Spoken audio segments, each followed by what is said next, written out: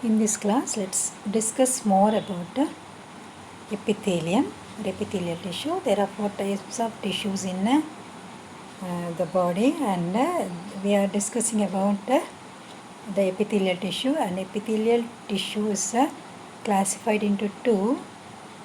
One is simple epithelium, and the simple epithelium there are how many? 3 types of simple epithelium: squamous, cuboidal, and columnar. Now, based on the function, epithelium is also of glandular epithelium. Okay, simple epithelium performs as a glands. Okay, gland, endocrine gland, exocrine gland. You know about them. So, glandular epithelium. One type of epithelium is a glandular epithelium, and glandular epithelium is a columnar or a cuboidal cells itself. Okay, columnar or cuboidal cells getting specialized for secretion and are now called as glandular cells or glandular epithelium. Okay, what is glandular epithelium? Columnar or cuboidal epithelium, which is modified or specialized for secretion of something, and now they are known as glandular epithelium. Okay, now glandular epithelium is of two types: unicellular glandular epithelium and multicellular glandular epithelium. Clear now? Glandular epithelium is a gland, and there are two types of glands: unicellular glands and multicellular glands. And as the name indicates, unicellular gland is made up of one cell. Uni means one, single celled gland.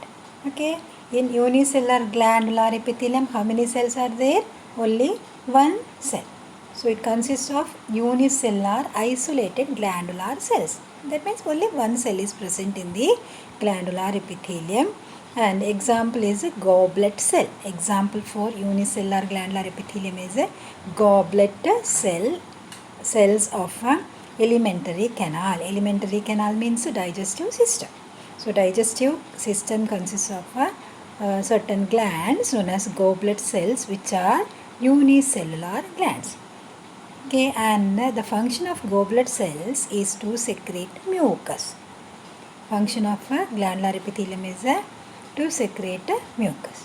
Okay, and second type of glandular epithelium is multicellular glandular epithelium. That means it consists of many cells, cluster of cells.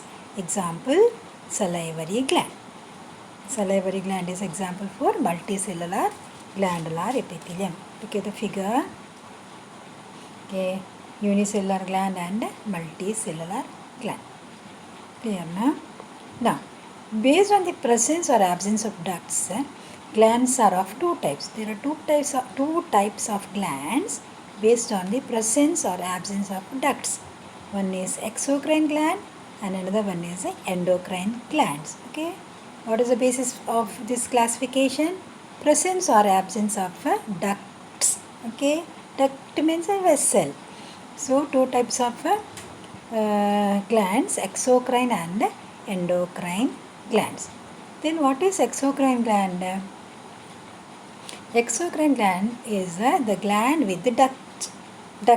Okay, glands with the ducts are called exocrine glands. Gland with the duct is called exocrine gland. And function, what is the function?